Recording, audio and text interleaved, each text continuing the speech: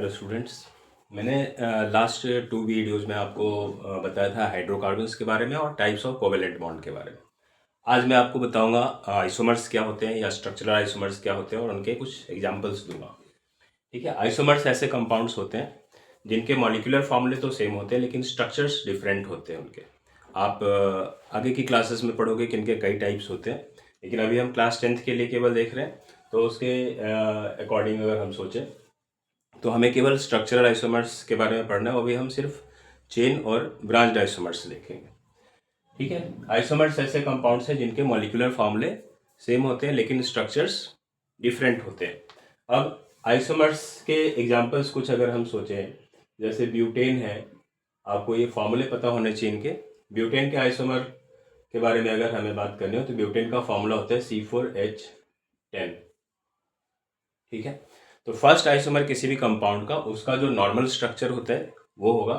जैसे ब्यूटेन का अगर हम स्ट्रक्चर बनाए तो ये एक सैचुरेटेड हाइड्रोकार्बन है, इसमें सारे बॉन्ड्स सिंगल होंगे। तो 4 कार्बन एटम्स को इस तरह से हम सिंगल कोवेलेंट बॉन्ड से दिखा सकते हैं और हर कार्बन के अराउंड 4 बॉन्ड्स होंगे, क्योंकि कार्बन के पास 4 इलेक्ट्रॉन्स होते हैं शेयर करने के लिए। तो कार्बन के अराउंड 4 कोवेलेंट बॉन्ड्स हम इस तरीके से दिखा सकते हैं। हर कार्बन के पास 4 कोवेलेंट बॉन्ड्स हो जाएंगे। ये इसका नॉर्मल स्ट्रक्चर होगा। इसे हम कहेंगे नॉर्मल ब्यूटेन। ये नॉर्मल ब्यूटेन है। इसी को आप इस तरीके से भी लिख सकते हैं CH3 CH2 CH2 CH3। तो ये नॉर्मल ब्यूटेन होगा। जो सेकेंड आइसोमर होगा इसका, उसमें हम ब्रांचिंग करते हैं। तो ब्रांचिंग किस तरीके से होगी, कार्बन के 3 एटम्स चेन में दिखाएंगे और दोनों ही साइड से, लेफ्ट और राइट साइड से, एक एक कार्बन एटम को हम छोड़ देंगे और बीच में नीचे या ऊपर आप किसी भी साइड में जो एक इसका 4th कार्बन था उसको ब्रांच बना सकते हैं।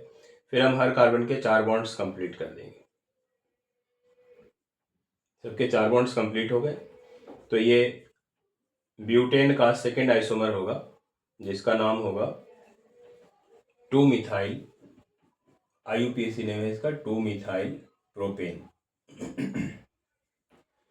इसका एक कॉमन नेम है आइसोब्यूटेन।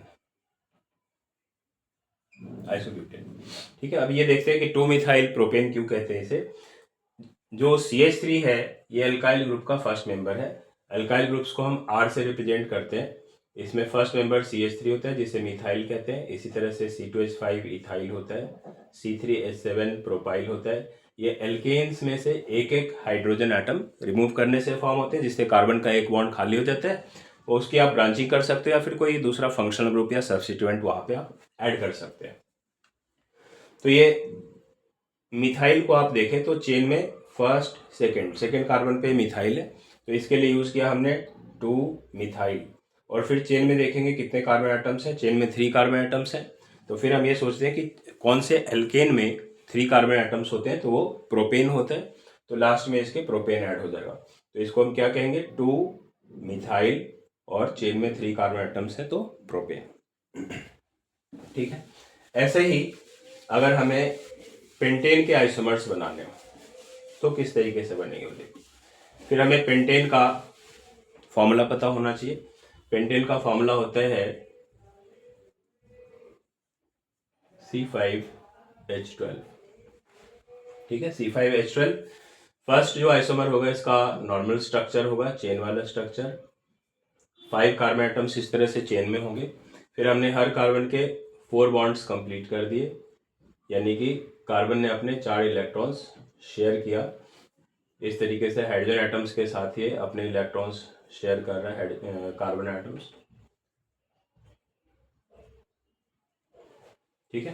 तो ये होगा आपका फर्स्ट आइसोमर पेंटेन का। इसे हम कहेंगे नॉर्मल पेंटेन, एन पेंटेन और नॉर्मल पेंटेन। इसी तरीके से सेकेंड आइसोमर अगर हमें पेंटेन का फॉर्म करना हो तो चेन में 4 कार्बन एटम्स दिखाएंगे और जो 5th कार्बन एटम है उसकी आप ब्रांचिंग करेंगे। ब्रांचिंग किस तरह से होगी, इधर और इधर से दोनों साइड से ही आप फर्स्ट कार्बन को छोड़ देंगे। सेकेंड कार्बन आप यहाँ पे C लगा सकते हैं, ऊपर भी लगा सकते हैं। अगर आप यहाँ लगाते हैं तो IUPAC के अकॉर्डिंग उस कार्बन की काउंटिंग इधर से होगी, ब्रांच की काउंटिंग इधर से होगी। ठीक है, इसे हम बोलते हैं मिनिमम नंबर रूल। तो जो ब्रांचेज हैं या फंक्शनल ग्रुप्स हैं वो उस साइड से काउंट किए जाते हैं किसी भी कंपाउंड में जिधर से वो पहले आते हैं। तो इधर से ये सेकेंड पोजीशन पे कार्बन आ रहा है। अब इसके ब्रांचेस, अब इसके बॉन्ड्स आप कंप्लीट कर दो। सभी कार्बन के हमने चार चार बॉन्ड्स कंप्लीट कर दिए, तो ये आपका आइसोमर बन गया, सेकेंड आइसोमर ऑफ पेंटेन।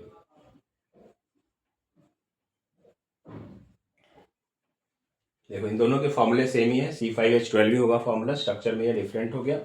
अब जैसे हमने लास्ट स्ट्रक्चर में देखा था कि CH3 ग्रुप को मिथाइल कहते हैं, और ये इधर से सेकेंड कार्बन पे लगा हुआ, इधर से तो थर्ड पे है लेकिन काउंटिंग इसकी लेफ्ट साइड से होगी, ठीक है, क्योंकि इधर से पहले आ रहा है। तो इसका नाम होगा, IUPAC नेम होगा इसका 2 मिथाइल।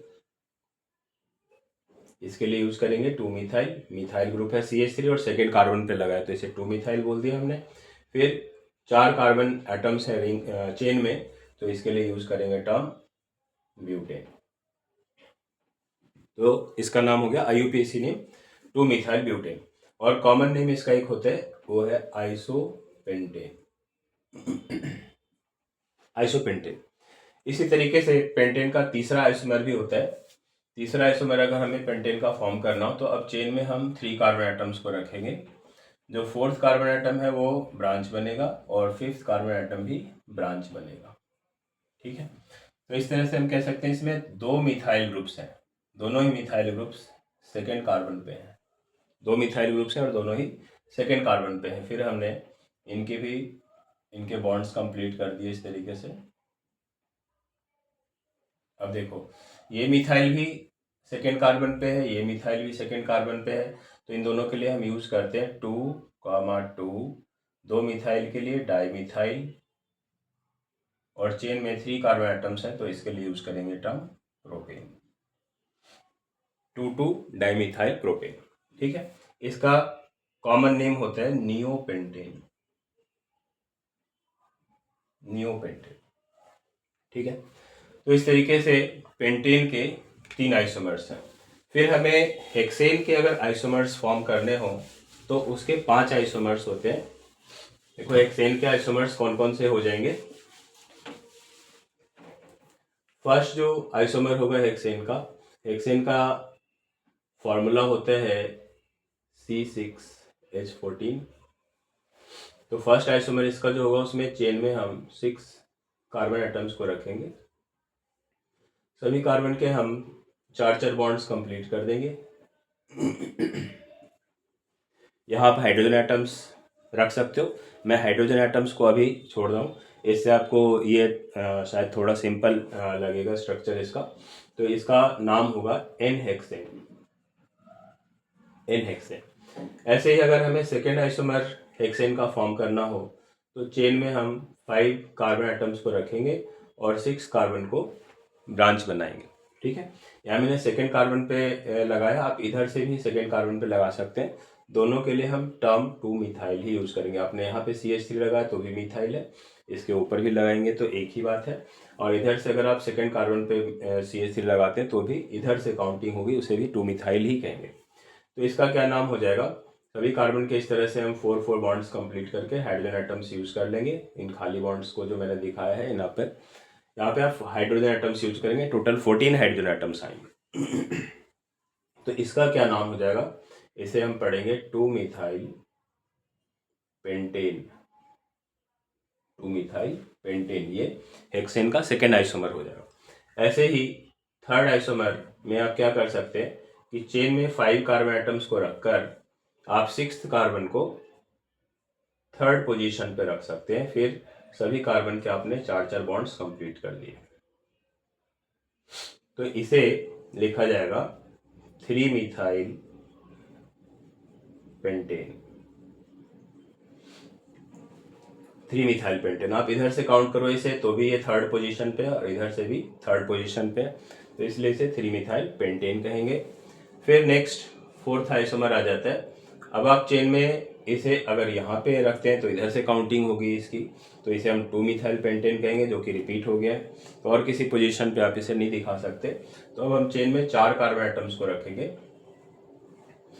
और एक मिथाइल यानी कि CH3 सेकेंड कार्बन पे दिखाएंगे और दूसरा मिथाइल थर्ड कार्बन पे इस तरीके से दिखा सकते हैं आप, नीचे या ऊपर किसी भी जगह दिखा सकते हो। सभी के 4 बॉन्ड्स कंप्लीट कर दिए हमने कार्बन एटम्स के। तो इसे पढ़ा जाएगा 2-3, एक मिथाइल क्योंकि सेकेंड पोजीशन पे और दूसरा थर्ड पोजीशन पे, तो इसे हम पढ़ेंगे 2,3 di methyl butane, 2,3 di methyl butane. Fifth जो आइसोमर होगा हेक्सेन का, वो क्या हो सकता है, देखो 4 कार्बन एटम्स चेन में होंगे और सेकेंड पोजीशन पे मिथाइल और सेकेंड पोजीशन पे ही ऊपर भी मिथाइल, और फिर हमने सभी कार्बन एटम्स के 4 बॉन्ड्स कंप्लीट कर दिए। हाइड्रोजन एटम्स यहाँ यूज़ कर लेंगे। तो इसे क्या पढ़ेंगे, अब देखो सेकेंड कार्बन पे नीचे भी मिथाइल है और ऊपर भी मिथाइल है, तो इसके लिए यूज़ करेंगे 2,2 डाई मिथाइल। चेन में 4 कार्बन एटम्स हैं, तो इसका नाम होगा ब्यूटेन, 2,2 डाई मिथाइल ब्यूटेन। इस तरह से हेक्सेन के 5 आइसोमर्स हैं। ठीक है, आप इजीली अगर कुछ चीज़ों को ध्यान में रखो कि CH3 मिथाइल है, कौन सी पोजीशन पे आ रहे हैं, फर्स्ट कार्बन को ब्रांचिंग करते समय हमें छोड़ देना है, तो आप आराम से ये सारे आइसोमर्स बना सकते हैं।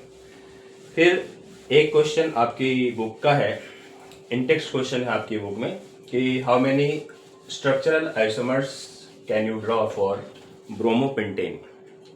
ठीक है, तो ब्रोमोपेंटेन का फॉर्मूला क्या हो जाएगा, ब्रोमोपेंटेन का मॉलिक्यूलर फॉर्मूला होगा C5H11Br। ठीक है, C5H11Br। तो इसमें ब्रोमीन एटम है या हेट्रो एटम कह सकते हो ब्रोमीन को आप, क्योंकि ये हाइड्रोकार्बन में आया है, जो हाइड्रोजन और कार्बन के अलावा तीसरा कोई एटम है, तो इसे हम हेट्रो एटम कहते हैं। अगर फर्स्ट आइसोमर देखें तो Br को आप इस तरीके से फर्स्ट कार्बन पे लगा सकते हैं और बाकी सभी कार्बन एटम्स पे हाइड्रोजन एटम्स इस तरीके से यूज कर लोगे। तो ये इसका फर्स्ट आइसोमर बनेगा। इसे हम क्या पढ़ेंगे, इसका नाम होगा 1 ब्रोमो पेंटेन, क्योंकि फर्स्ट कार्बन पे है। मान लो कि ये Br आपने यहाँ की जगह इस कार्बन पे यूज किया होता तो उसकी काउंटिंग इधर से ही होती और उसे भी फिर हम 1 ब्रोमो पेंटेन ही कहेंगे। और सेकेंड आइसोमर में Br की पोजीशन चेंज कर देते हैं, चेन में 5 कार्बन एटम्स को रखेंगे, Br को सेकेंड कार्बन पे यूज करेंगे। हर कार्बन एटम्स पे हम जो required number of hydrogen atoms है वो यूज कर लेंगे। तो इसका नाम हो जाएगा, क्योंकि Br ये सेकेंड कार्बन पे, तो इसका नाम होगा 2 ब्रोमो पेंटेन, 2 ब्रोमो पेंटेन। ठीक है, इसी तरीके से जो थर्ड आइसोमर होगा वो 3 ब्रोमो पेंटेन हो जाएगा। Br की पोजीशन थर्ड कार्बन पे आ जाएगी, चेन में 5 कार्बन एटम्स होंगे हमेशा की तरह, और Br को हमने थर्ड कार्बन पे यूज कर लिया।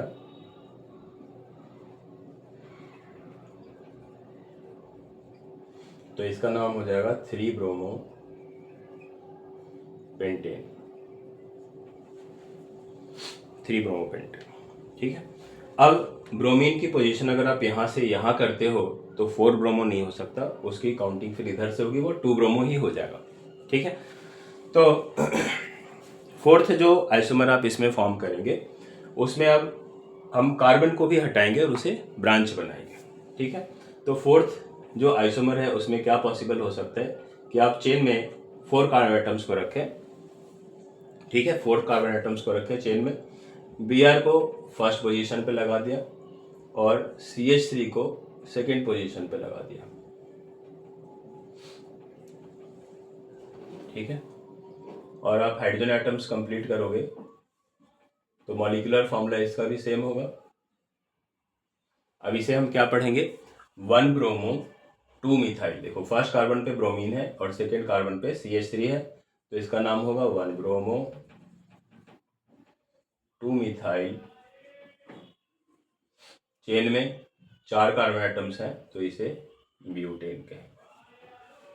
ठीक है, 1 ब्रोमो 2 मिथाइल ब्यूटेन।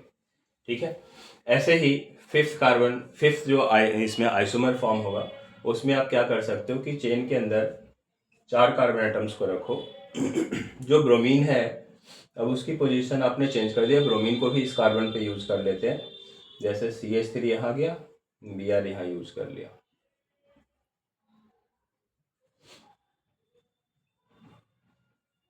तो इसका नाम होगा 2 ब्रोमो 2 मिथाइल। पहले ब्रोमीन का नाम आएगा, फिर मिथाइल का नाम आएगा। अब दोनों क्योंकि सेकंड कार्बन पे ही लग रहे हैं, तो इसलिए नाम होगा इसका 2 ब्रोमो 2 मिथाइल। ठीक है, तो 2 ब्रोमो 2 मिथाइल ब्यूटेन, ये हो गया इसका 5th आइसोमर। ठीक है, ऐसे ही 6th आइसोमर बन सकता है इसका। फिर से चेन में हमने 4 कार्बन एटम्स को रखा और मिथाइल को सेकेंड पोजीशन पे ही रहने दिया।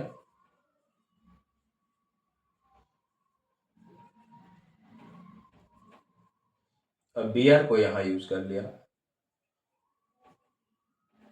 तो यहाँ कुछ चीज़ों का ध्यान रखना है कि ब्रोमीन के ऊपर मिथाइल ग्रुप को प्रेफरेंस देते हैं काउंटिंग करते समय। तो इसकी काउंटिंग तो यहाँ से होगी, लेकिन अल्फ़ाबेटिकली क्योंकि ब्रोमीन पहले आ रहा है, तो इस वजह से नाम पहले ब्रोमीन का आएगा। तो इधर से काउंटिंग होगी, यानी कि ये फर्स्ट कार्बन होगा, ये सेकेंड कार्बन होगा और ये थर्ड कार्बन होगा। तो इसका नाम हो जाएगा 3 ब्रोमो 2 मिथाइल ब्यूटेन।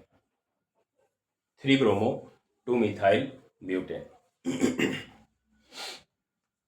ठीक है, अब आप सोचो कि ये Br यहाँ की जगह यहाँ होता और ये मिथाइल यहाँ की जगह यहाँ होता, तो भी एक आइसोमर बन सकता था।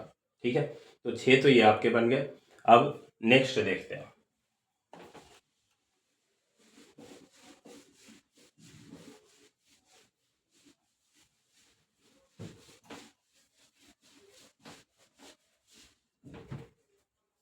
सेवेंथ आइसोमर, Br यहाँ लगा दिया और मिथाइल यहाँ लगा दिया।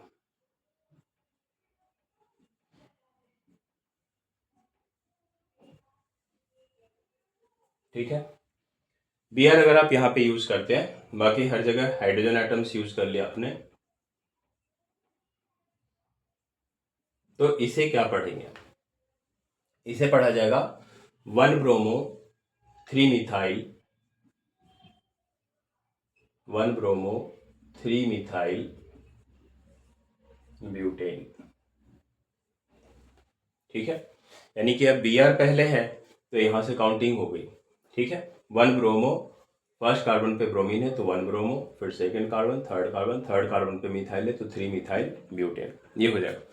फिर इसके बाद लास्ट जो इसका आइसोमर बनेगा उसमें हम एक कार्बन को और हटा लेंगे, सिर्फ 3 कार्बन एटम्स होंगे चेन में। Br को आप फर्स्ट पोजीशन पे यूज कर सकते हैं, और अब यहाँ और यहाँ तो आप मिथाइल लगा नहीं सकते, फर्स्ट कार्बन दोनों साइड से हम नहीं रखते क्योंकि इसको चेन ही कंसीडर किया जाता है। तो एक CH3 आप यहाँ सेकेंड कार्बन पे नीचे रखते हैं और दूसरा CH3 यहाँ पे रखेंगे, तो इसका नाम हो जाएगा, हाइड्रोजन एटम्स हमने यूज कर लिए, इसका नाम होगा 1 ब्रोमो और सेकेंड कार्बन पे मिथाइल है और मिथाइल है, तो सेकेंड कार्बन पे 2 मिथाइल है तो 2 डाई मिथाइल प्रोपेन। ठीक है, तो इस तरीके से आप 8 देख रहे हो कि इसमें आइसोमर्स बन रहे हैं ब्रोमोपेंटेन के। अब ये 8 के आइसोमर्स आपको बोर्ड के पेपर में तो आएंगे नहीं बनाने को, आपको फर्स्ट 3 जो आइसोमर्स हैं कम से कम वो जरूर याद रखने। फर्स्ट 3 आइसोमर्स यानी कि 1 ब्रोमोपेंटेन, 2 ब्रोमोपेंटेन और 3 ब्रोमोपेंटेन, ये आप इजीली फॉर्म भी कर सकते हैं। अगर आप इनके बाकी आइसोमर्स को भी ध्यान में रखते हैं तो फिर आपकी आगे की क्लासेस के लिए काफ़ी अच्छा होगा। नेक्स्ट हम इसमें टर्म करते हैं होमोलोगस सीरीज। देखो होमोलोगस सीरीज क्या होता है? होमोलोगस सीरीज ये आपने देखा, एल्केन्स एल्कीन्स और एल्काइंस, ये हमने पहले पिछले वीडियोस में किया था। तो एल्केन्स एल्कीन्स और एल्काइंस भी होमोलोगस सीरीज को फॉर्म करते हैं। अगर आप उनको ध्यान से थोड़ा सोचें तो चाहे एल्केन्स हो या एल्कीन्स हो या एल्काइंस हो, उन सब में CH2 ग्रुप का डिफरेंस होता है, या 14 यूनिट मास का डिफरेंस होता है दो एडजेसेंट कंपाउंड्स के बीच में। ठीक है, तो होमोलोगस सीरीज हम कह सकते हैं कि it is a series of compounds in which the adjacent members differ by CH2 group और 14 unit mass and the compounds have same functional group if any. तो ऐसे सीरीज ऑफ कंपाउंड्स को ही homologous series कहा जाता है। Homologous series में हमें सबसे पहले हेलोल्केन्स का ही पढ़ना है। तो हेलोल्केन्स को हम रिप्रेजेंट करते हैं RX से। यहाँ पर X जो है वो ClBrI कुछ भी हो सकता है, ऐसा हेलोजेंस बोलते हैं हम इन्हें, और R एल्काइल ग्रुप होता है। ठीक है, तो हेलोल्केन्स का अगर हम देखें फर्स्ट मेंबर, अगर आप ब्रोमीन ही ले लो, जैसे हमने अभी ब्रोमीन के आइसोमर्स फॉर्म किए थे, ब्रोमोपेंटेन के आइसोमर्स फॉर्म किए थे, तो फर्स्ट मेंबर जो इसका होगा उसका नाम होगा ब्रोमोमीथेन, ब्रोमोमीथेन, और इसका फॉर्मूला हो जाएगा CH3Br। ऐसे जो नेक्स्ट मेंबर होगा उसका नाम होगा ब्रोमोईथेन और फॉर्मूला होगा C2H5Br। नेक्स्ट ऐसे हो सकता है ब्रोमो प्रोपेन, फॉर्मूला इसका हो जाएगा C3H7Br। फिर नेक्स्ट हो जाएगा ब्रोमो ब्यूटेन, ब्रोमोब्यूटेन C4H9Br। फिर ऐसे ही ब्रोमो पेंटेन C5H11Br और ब्रोमो हेक्सेन C6H13Br। ठीक है, इसमें जो ये ग्रुप्स हैं CH3, C2H5, C3H7, ये सभी एल्काइल ग्रुप्स होते हैं जो कि एल्केन्स में से एक एक हाइड्रोजन एटम्स को रिमूव करने से फॉर्म होते हैं। अब उन्हीं एक हाइड्रोजन एटम की जगह पे हमने Br यूज किया है। ठीक है, तो इस तरह से एल्काइल ग्रुप्स हमें नए कंपाउंड्स फॉर्म करने में हेल्प करते हैं। सारे ही बॉन्ड्स हेलोल्केन्स में सिंगल होते हैं, इनमें से किसी का भी स्ट्रक्चर आप इजीली फॉर्म कर सकते हो।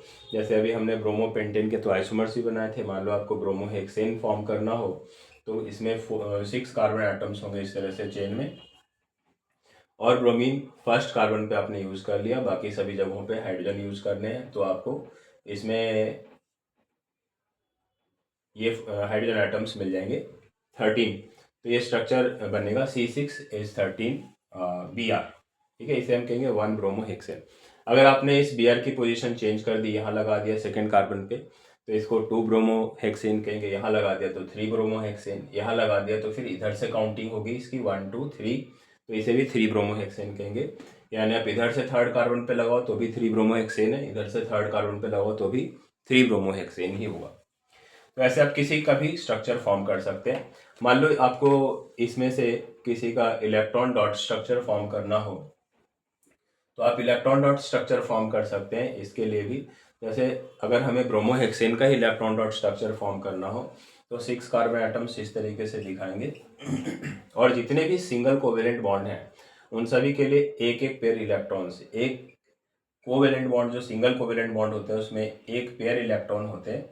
तो इस तरह से एक एक बॉन्ड के लिए हमने एक एक पेयर इलेक्ट्रॉन दिखा दिया। ऐसी ब्रोमीन के लिए भी आप एक पेयर इलेक्ट्रॉन दिखा सकते हैं, लेकिन ब्रोमीन के लिए याद रखना है कि जो भी हेलोजेंस हैं उनके पास वैलेंस इलेक्ट्रॉन 7 होते हैं, तो बाकी के जो इनके 6 इलेक्ट्रॉन्स हैं वो इस तरीके से आप दिखा सकते हैं डॉट से या क्रॉस से। हाइड्रोजन एटम्स के लिए भी आप एक बॉन्ड है तो एक पेयर इलेक्ट्रॉन दिखाएंगे, एक बॉन्ड के लिए एक पेयर इलेक्ट्रॉन्स। इस तरह से हर हाइड्रोजन एटम के लिए हमने एक पेयर इलेक्ट्रॉन दिखा दिया।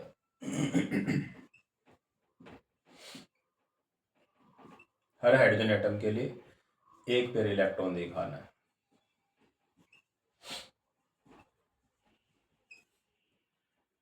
तो जैसे ही आप ऐसे करते हैं तो सभी एटम्स जितने भी है कार्बन और ब्रोमीन इन सब के ऑक्टेट कंप्लीट हो जाते हैं और हाइड्रोजन का ड्यूप्लेट कंप्लीट हो जाता है। देखो ब्रोमीन ने यहाँ शेयर किया है, कार्बन ने अपने चारों तरफ इस तरीके से शेयरिंग की है, हर कार्बन ने इस तरह से शेयरिंग की है, तो हर कार्बन का ऑक्टेट कंप्लीट हो रहा है, हर कार्बन का ऑक्टेट कंप्लीट हो रहा है। और हाइड्रोजन एटम्स के ड्यूप्लेट कंप्लीट हो रहा है। ड्यूप्लेट यानी कि इसके के शेल में 2 इलेक्ट्रॉन्स कंप्लीट हो जा रहे हैं। आपको पता है कि के शेल में 2 से ज़्यादा इलेक्ट्रॉन्स नहीं हो सकते, तो हाइड्रोजन एटम इस तरीके से स्टेबल हो जाएगा। ये ब्रोमोहेक्सेन का इलेक्ट्रॉन डॉट स्ट्रक्चर हो गया और ये स्ट्रक्चरल फॉर्मूला। तो आप इस तरीके से हेलोल्केन्स के स्ट्रक्चर्स बना सकते हैं, इलेक्ट्रॉन डॉट स्ट्रक्चर फॉर्म कर सकते हैं इससे इजीली। नेक्स्ट जो होमोलोगस सीरीज है वो एल्कोहल्स का है। एल्कोहल्स जो होते हैं इनमें ओ एल लगा होता है नाम में। जैसे मेथेनॉल है फर्स्ट मेंबर, मेथेनॉल। ऐसे जो सेकंड मेंबर है वो एथेनॉल है। नेक्स्ट प्रोपेनॉल है। ऐसे ही ब्यूटेनॉल है, पेंटेनॉल है और हेक्सेनॉल है। फर्स्ट मेंबर का फॉर्मूला CH3OH हो जाएगा। इसको हम ROH, इनका जनरल फॉर्मूला होता है ROH। एल्कोहल्स का जनरल फॉर्मूला होता है ROH या एल्कोहल्स। तो first member CH3OH, second member C2H5OH, third member C3H7OH, fourth member C4H9OH, fifth C5H11OH और सिक्स्थ C6H13OH। तो इस तरीके से आप किसी भी अल्कोहल के फॉर्मूले यूज़ कर सकते हो। इन सब के बीच में भी CH2 का डिफरेंस होगा। किसी का भी स्ट्रक्चर फॉर्म करना हो, जैसे आपको एथेनॉल का स्ट्रक्चर फॉर्म करना है तो CH3CH2OH आप सिंगल बॉन्ड ऐसे दे सकते हैं, अदरवाइज आप इसे OH डायरेक्ट भी लिख सकते हैं। ठीक है, तो ये C2H5OH का स्ट्रक्चरल फॉर्मूला होगा। ऐसे ही C3H7OH है तो यहाँ से हम एक हाइड्रोजन हटाएंगे, एक CH3 यहाँ पे ऐड हो जाएगा, ये प्रोपेनॉल का हो जाएगा स्ट्रक्चरल फॉर्मूला। अगर हमें इनका ऐसे ही आप किसी का भी फॉर्म कर सकते हो, बीच में CH2 एक एक बढ़ाते जाओ। एक CH2 बढ़ा देंगे तो इसका हो जाएगा, फिर तो एक और बढ़ा देंगे तो इसका हो जाएगा, एक और बढ़ा देंगे तो इसका हो जाएगा।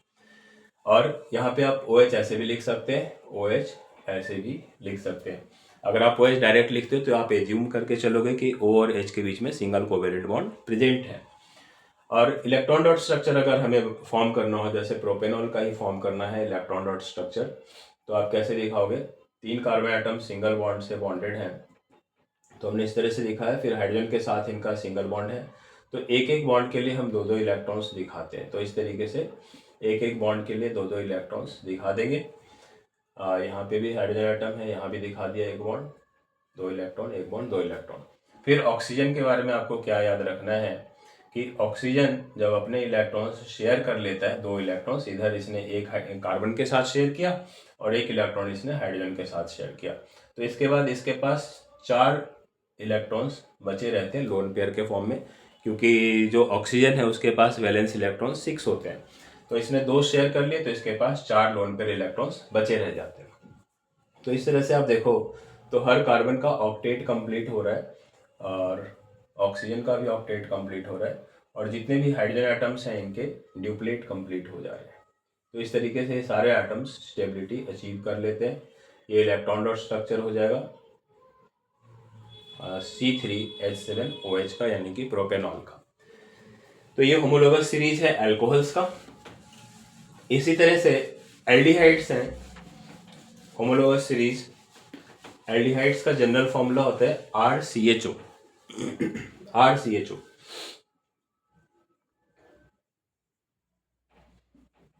RCHO और CHO को स्ट्रक्चर में आप इस तरीके से दिखा सकते हैं, CHO ऐसे दिखा सकते हैं, डबल बॉन्ड O नीचे भी आ सकता है, या फिर आप इसे स्ट्रेट रख सकते हैं, H ऐसे आ जाएगा, यानी कि इसको आप ऐसे भी दिखा सकते हैं, इस तरीके से दिखा सकते हैं। ऑक्सीजन जो डबल बॉन्ड में है वो नीचे भी दिखाया जा सकता है। एल्डिहाइड्स जो हैं इसमें अगर आप देखो तो इसके फंक्शनल ग्रुप में ही एक कार्बन एटम प्रेजेंट है। तो अगर हमें मीथेन जैसे स्ट्रक्चर वाले एल्डिहाइड फॉर्म करने हो तो हमें R की जगह सिर्फ H यूज करना होता है और इनके नाम में अल लगा होता है, जैसे मीथेनल। मीथेन का फाइनल E रिमूव हो जाता है और उसकी जगह पे Al आ जाता है। इसका फॉर्मूला HCHO होगा। ऐसे एथेनल CH3CHO होता है, propanal C2H5CHO, butanal C3H7CHO, Pantanal C4H9CHO। ठीक है, अब मेथेनल का अगर स्ट्रक्चर फॉर्म करना हो आपको तो सिर्फ आपको ये लिखना है HCHO। ऐसे ही एथेनल का स्ट्रक्चर CH3 और CHO इस तरीके से आ जाएगा। आपको ऐसे लिखने में दिक्कत है तो आप ऐसे भी लिख सकते हैं, CH3CHO। ठीक है, अब ऐसे एक एक CH2 आप इसमें ऐड करते जाओगे तो इनके स्ट्रक्चर्स बनते जाएंगे। ये C2H5CHO में CH3 के बाद एक और CH2 आ जाएगा और फिर CHO आ जाएगा। इलेक्ट्रॉन डॉट स्ट्रक्चर अगर आपको फॉर्म करना हो, जैसे एथेनॉल का ही फॉर्म करना है इसका, तो आप इस तरह से दिखाओगे। कार्बन कार्बन सिंगल बॉन्ड है, यानी कि एक पेयर इलेक्ट्रॉन है दो कार्बन एटम्स के बीच में। हाइड्रोजन एटम्स के साथ इनका सिंगल बॉन्ड है, तो हाइड्रोजन के साथ इस तरीके से हम दिखा सकते हैं कि 3 हाइड्रोजन एटम्स इसके साथ एक एक इलेक्ट्रॉन्स शेयर कर रहे हैं। फिर ऑक्सीजन के साथ डबल बॉन्ड है, तो ऑक्सीजन के साथ कार्बन ने अपने 2 इलेक्ट्रॉन्स शेयर किए ऑक्सीजन के 2 इलेक्ट्रॉन्स के साथ। फिर मैंने अभी जैसे आपको बताया कि ऑक्सीजन के 2 शेयर करने के बाद उसके पास 4 इलेक्ट्रॉन्स लोन पेयर्स बचे रह जाते हैं। हाइड्रोजन के साथ फिर इसका बॉन्ड सिंगल है। इस तरह से कार्बन का ऑक्टेट कंप्लीट हो गया, इस कार्बन का भी ऑक्टेट कंप्लीट हो गया, ऑक्सीजन का भी ऑक्टेट कंप्लीट हो गया और हाइड्रोजन के डुप्लेट्स कंप्लीट हो जाते हैं। तो इजीली आप अगर स्ट्रक्चरल फॉर्मूला पता है तो इलेक्ट्रॉन डॉट स्ट्रक्चर्स फॉर्म कर सकते हैं। नेक्स्ट जो हमें होमोलोगस सीरीज पढ़ना है वो केटोन्स हैं और कार्बोक्सिलिक एसिड।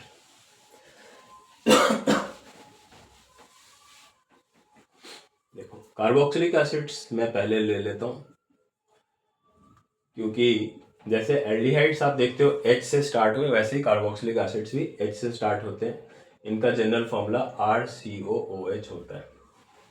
RCOH स्ट्रक्चर जब आप फॉर्म करेंगे तो आप इसको ऐसे दिखाएंगे, RC double bond O single bond O single bond H। ठीक है, ये कार्बोक्सिलिक एसिड का जनरल फॉर्मूला हो जाएगा। इसका जो फर्स्ट मेंबर है वो है मेथेनोइक एसिड, जिसे हम फॉर्मिक एसिड भी कहते हैं, और जो सेकंड मेंबर है वो एथेनोइक एसिड है। एथेनोइक एसिड उसे हम एसिटिक एसिड भी कहते हैं। ये दोनों नाम काफ़ी पॉपुलर हैं, तो इस वजह से ये आपको पता होना चाहिए। मेथेनोइक एसिड HCOOH होगा और एथेनोइक एसिड CH3COOH होगा। नेक्स्ट मेंबर प्रोपेन जैसा नाम वाला आ जाएगा, प्रोपेनोइक एसिड। ऐसे butanoic acid, next pentanoic acid. इनके फॉर्मूले क्या हो जाएंगे आप सोच सकते हैं। जैसे फर्स्ट मेंबर इसका HCOH था, सेकंड CH3COH, ऐसे ही इसका थर्ड मेंबर हो जाएगा C2H5COOH और next C3H7COOH, pentanoic acid C4H9COOH। अगर हमें स्ट्रक्चर फॉर्म करना हो किसी का भी, जैसे आपको मान लो कि प्रोपेनोइक एसिड का स्ट्रक्चर फॉर्म करना हो तो कैसे दिखा सकते हैं। ये तो एल्काइल ग्रुप है, सिंगल बॉन्ड में आएगा, सिंगल बॉन्ड में दिखा दिया C2H5। फिर COH को कैसे दिखा सकते हो आप, C double bond O single bond O single bond H। अब इसका इलेक्ट्रॉन डॉट स्ट्रक्चर अगर आपको फॉर्म करना हो तो कैसे दिखाएंगे। इसमें 3 कार्बन एटम्स हैं और इनके बीच में सिंगल कोवेलेंट बॉन्ड है, तो इस तरह से सिंगल कोवेलेंट बॉन्ड दिखा दिया हमने। एक बॉन्ड के लिए 2 इलेक्ट्रॉन्स। ऐसे हाइड्रोजन के साथ भी इसके सिंगल कोवेलेंट बॉन्ड है, तो हर हाइड्रोजन एटम के साथ हमने एक एक पेयर इलेक्ट्रॉन दिखा दिया। फिर थर्ड कार्बन का ऑक्सीजन के साथ, ऐसे थर्ड कार्बन नहीं, आप इधर से देखोगे फंक्शनल ग्रुप के साइड से काउंटिंग होती है, तो ये फर्स्ट कार्बन है। तो ऑक्सीजन के साथ इसका डबल बॉन्ड है, यानी कि 2 पेयर इलेक्ट्रॉन्स आएंगे। फिर हमने 4 जो लोन पेयर इलेक्ट्रॉन्स हैं ऑक्सीजन के वो दिखा दिए। फिर सेकेंड जो ऑक्सीजन है इसके साथ कार्बन का सिंगल कोवेलेंट बॉन्ड है, यानी कि एक पेयर इलेक्ट्रॉन है। इधर हाइड्रोजन का भी एक पेयर इलेक्ट्रॉन होगा एक बॉन्ड के लिए। फिर इस ऑक्सीजन के भी हमें 4 लोन पेयर इलेक्ट्रॉन्स दिखाने होंगे। तो कार्बन का आप यहाँ से देखो ऑक्टेट कंप्लीट हो रहा है। 3 कार्बन एटम्स जो हैं तीनों के ऑक्टेट कंप्लीट हो जा रहे हैं। ऑक्सीजन का भी ऑक्टेट हो गया, इस ऑक्सीजन का भी ऑक्टेट कंप्लीट हो गया। हाइड्रोजन का ड्यूप्लेट कंप्लीट हो गया। हर हाइड्रोजन एटम का एक इलेक्ट्रॉन शेयर करने के बाद इस तरह से ड्यूप्लेट कंप्लीट हो गया। तो आप देखो यहाँ पे जितने भी सिंगल कोवेलेंट बॉन्ड हैं उन सब के लिए हमने एक एक पेयर इलेक्ट्रॉन्स दिखाए। जहाँ डबल कोवेलेंट बॉन्ड है वहाँ 2 पेयर इलेक्ट्रॉन्स दिखाए, ऑक्सीजन के बारे में आपको ध्यान रखना है कि ऑक्सीजन जब अपने इलेक्ट्रॉन शेयर करते हैं 6 वैलेंस इलेक्ट्रॉन्स में से 2 इलेक्ट्रॉन्स जब ये शेयर कर लेगा तो इसके पास 4 इलेक्ट्रॉन्स हमें इलेक्ट्रॉन डॉट स्ट्रक्चर में अलग से दिखाने होते हैं। नेक्स्ट जो होमोलॉगस सीरीज हमें पढ़ना है वो है केटोन्स। देखो केटोन्स का जनरल फॉर्मूला होता है RCO R या R डैश, RCO R या R डैश, और इसको स्ट्रक्चर में हम इस तरह से दिखाते हैं RCO R डैश। यानी कि केटोन्स में दोनों साइड में अल्काइल ग्रुप होते हैं, यानी मिनिमम 1 कार्बन एटम तो जरूर ही होना चाहिए। अगर आप ऐसा नहीं करते हो तो वो एल्डिहाइड को फॉर्म कर देता है। ठीक है, तो इसका जो फर्स्ट मेंबर है, अगर आप दोनों साइड में मिनिमम CH3 रखते हैं तो जो फर्स्ट मेंबर है वो ये बनेगा CH3CO CH3। अब इसमें 3 कार्बन एटम्स आ गए तो इसका नाम प्रोपेन जैसा हो जाएगा, और इसके जो नेम्स होते हैं केटोन्स के उसमें ओन लगा होता है तो ये हो जाएगा प्रोपेनोन। फर्स्ट मेंबर केटोन का प्रोपेनोन होता है। ऐसे ही जो सेकंड मेंबर है वो ब्यूटेनोन होता है C2H5CO CH3। आप ऐसे भी कर सकते हैं कि CH3 इधर यूज कर लो और C2H5 राइट साइड में यूज कर लो। नेक्स्ट है पेंटेनोन, ये C3H7CO CH3 हो जाएगा। ऐसे ही हेक्सेनोन C4H9CO CH3 हो जाएगा। इनके स्ट्रक्चर्स अगर आप देखें तो प्रोपेनोन का स्ट्रक्चर क्या होगा, CH3CO CH3, ऐसे आप दिखा सकते हो।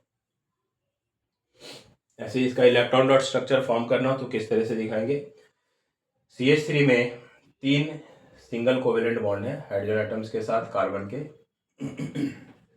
फिर दूसरे कार्बन के साथ इसका सिंगल कोवेलेंट बॉन्ड है, जो दूसरा कार्बन है उसका ऑक्सीजन के साथ डबल कोवेलेंट बॉन्ड है। तो हमने यहाँ पे 2 पेयर इलेक्ट्रॉन दिखा दिए और ऑक्सीजन के बचे हुए 4 इलेक्ट्रॉन्स दिखा दिए। फिर carbon carbon single covalent bond है, carbon hydrogen single covalent bond, single covalent bond और सिंगल कोवेलेंट बॉन्ड। तो इस तरीके से हर कार्बन के पास ऑक्टेट कंप्लीट हो गया और हाइड्रोजन एटम्स का ड्यूप्लेट कंप्लीट हो गया। ठीक है, तो आप अगर याद रखते हो इन स्ट्रक्चर्स को याद रखते हो तो देखो आप कितना इजीली बना सकते हो जो इलेक्ट्रॉन डॉट स्ट्रक्चर्स हैं वो। अब जरा सा हम पेंटेनोन के बारे में सोचकर देखें। देखो जो प्रोपेनोन है इसे प्रोपेन 2 ओन भी लिखा जाता है। प्रोपेन 2 ओन इसलिए लिखते हैं क्योंकि जो ये CO ग्रुप है ये सेकेंड कार्बन पे है, इस साइड से या इस साइड से भी सेकेंड कार्बन पे। इसे हम ब्यूटेनोन को ब्यूटेन 2 ओन लिखते हैं क्योंकि इधर से ये सेकेंड कार्बन पे। जो पेंटेनोन है इसे आप कैसे लिख सकते हो, देखो CH3 CH2 CH2 CO CH3, ये इसका स्ट्रक्चर हो जाएगा जो हमने फॉर्मूला लिखा हुआ उसके अकॉर्डिंग। अब इसका नाम क्या होगा, इसे इसकी काउंटिंग CO की इधर से होगी क्योंकि इधर से फंक्शन ग्रुप पहले आ रहा है, तो इसका नाम होगा पेंटेन 2 ओन, पेंटेन 2 ओन। और अगर किसी ने ऐसे लिख दिया इसी को, इधर भी C2H5 कर दिया और फिर CO और फिर इसके बाद C2H5, अगर इस तरीके से किसी ने स्ट्रक्चर फॉर्म किया तो ये भी सही है, सिर्फ CO की पोजीशन चेंज हो रही है। तो ये एक्चुअली में एक आइसोमर बन जाता है इसका, जिसके बारे में आप 11th क्लास में पढ़ोगे। इसका नाम होगा पेंटेन 3 ओन। तो पेंटेनोन के 2 आइसोमर्स हैं, पेंटेन 2 ओन और पेंटेन 3 ओन। ठीक है, तो इतने आपको 10th में फंक्शनल ग्रुप्स और उनसे रिलेटेड जो होमोलॉगस सीरीज फॉर्म होते हैं वो पढ़ने। फिर इससे आगे मैं आपको अगली वीडियो में बताऊंगा केमिकल और फिजिकल प्रॉपर्टीज जो अल्कोहल्स और कार्बोक्सिलिक एसिड्स हैं वो क्लीनिंग एक्शन ऑफ सोप और सैपोनिफिकेशन, हार्ड वाटर, ये सारे टर्म्स में डिस्कस करूंगा। अब आज के लिए इतना ही। Okay, thank you.